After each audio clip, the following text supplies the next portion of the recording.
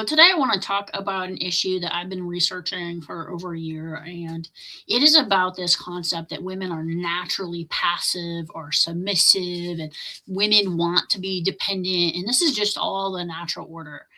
And this is not true. This has been systemically taught through fairy tales, through religion. It has been imposed by law and by violence. And this is something that has happened on every single continent on Earth, literally every populated continent.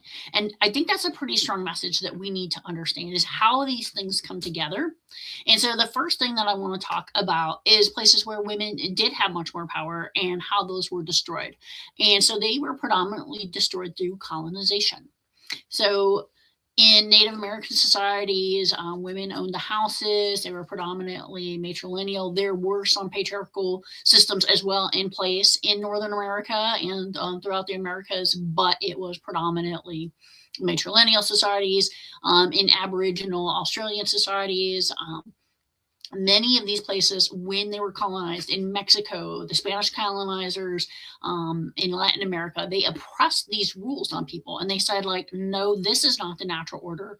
We are coming from Europe, and this is natural order. So the colonizers came in. This was also happened in Africa, and there were a few places where it was fought, predominantly in Indonesia and China. China now has the largest matrilineal society left in the world, and that is still being eroded away to this day. So these societies existed, and men came in, and one of the beliefs is that women could not even perceive of this violence. This is not how their societies worked, and so this is part of why they felt a patriarchy. But if you look at the complete domination of the British Empire, if you look at like what happened with the different companies who had as much power, if not more power, and very similar to what we're seeing today, right? The rise and fall of the British Empire happened with this, and so lots of things to think about. Is if it was a natural order, then how did all these societies exist and still do exist in relative harmony, and with very very low crime and very very low violence against women.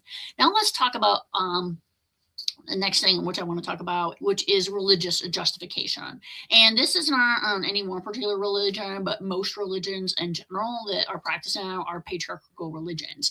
And these religions, in Confucian teaching, widows were told that they should starve rather than remarry, that death was preferable to independence. Islamic texts were interpreted to require female obedience, even though that's not in the Quran. This has been a predominant thing caught in Christianity.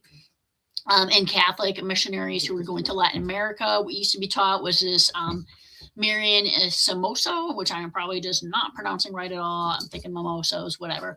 But the whole thing of that is like you should be like the Virgin Mary, and you should be self-denying and submissive, and all these things were taught to women.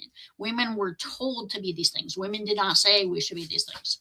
Now let's talk about fairy tales, right? What do fairy tales teach? You look at the traditional ones that were taught in Europe and in North America: Snow White, Cinderella, Sleeping Beauty. This is all like you should just be appealing to a man, and then a man will come and rescue you.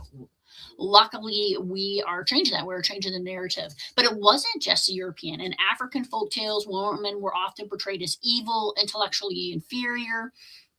Korean and Vietnamese societies emphasize that females should be obedient, they should be chaste, and children learned. Good women are quiet. One of the things I learned when I was based in Korea is the legend of the Korean wedding ducks. And with Korean wedding ducks, you have a male duck and a female duck. And the female duck traditionally would actually have a bow around her little beak because the duck wasn't supposed to talk.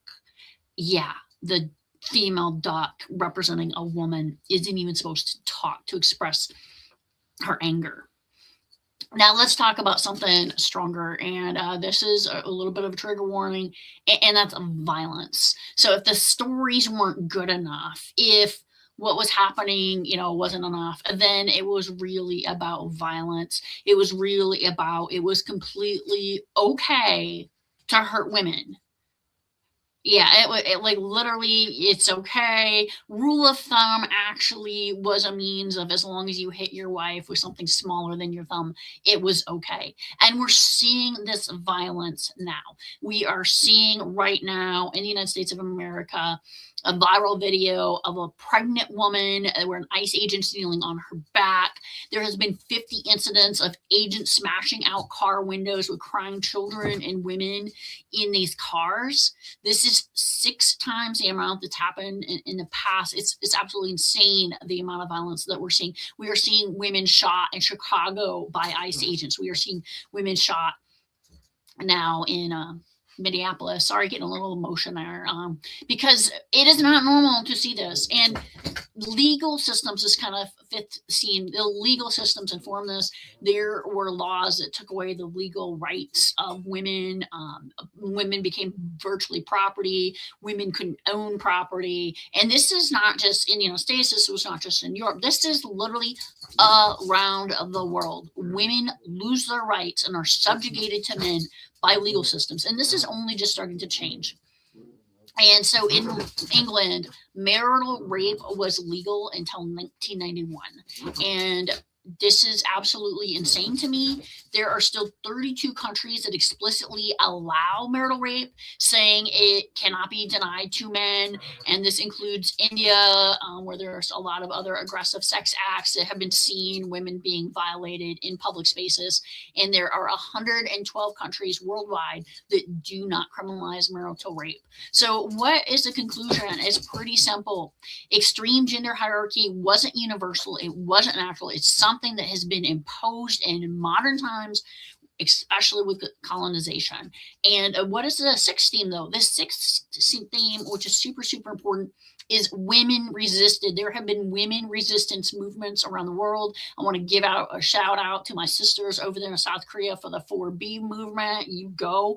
I just want to say, let's keep this up. Let's change the narrative. When you look at some of the fairy tales coming out now, it is about strong women, independent women. I want to give a shout out to all the women out there crushing it. I look back to my day when I grew up in the 70s and 80s, and our songs were bold because they whined about men openly. And now these songs are like straight up, men are wolves, men are out there to hurt you. All men, it's not all men, but the bottom line is it's some men. And because it's some of those men, we all have to be careful. We have to carry our keys and our knuckles. I'm in my 50s, and I just had a good friend who was attacked in a parking lot. And you're like, I'm an older woman. This shouldn't be happening to us. No, it is still happening. It is absolutely terrifying. So, ladies, you do yourself loud, you do yourself proud, and you look out for each other, because around the globe, there is literally no safe place for women. And on that message, I just want to say, be strong, sisters, be out there, take care of each other. Love you, and talk to you guys next time.